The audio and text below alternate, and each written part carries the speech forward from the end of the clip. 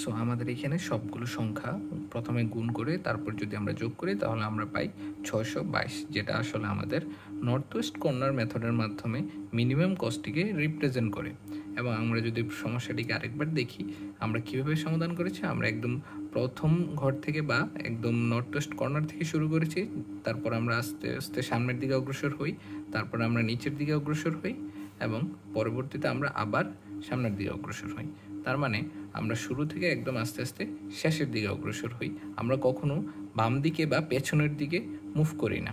এই জন্য আমি শুরুতে বলছিলাম যে আমাদের প্রথম থেকে শুরু করে আস্তে আস্তে সর্বদা সামনের দিকে বা নিচের দিকে অগ্রসর হতে হবে, আমরা কখনো পিছনের দিকে অগ্রসর হব না।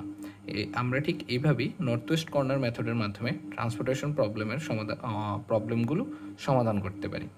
এখন আমরা লিস্ট কস্ট মেথডের মাধ্যমে ঠিক এই সিমিলার প্রবলেমটিকে সমাধান করার চেষ্টা করব।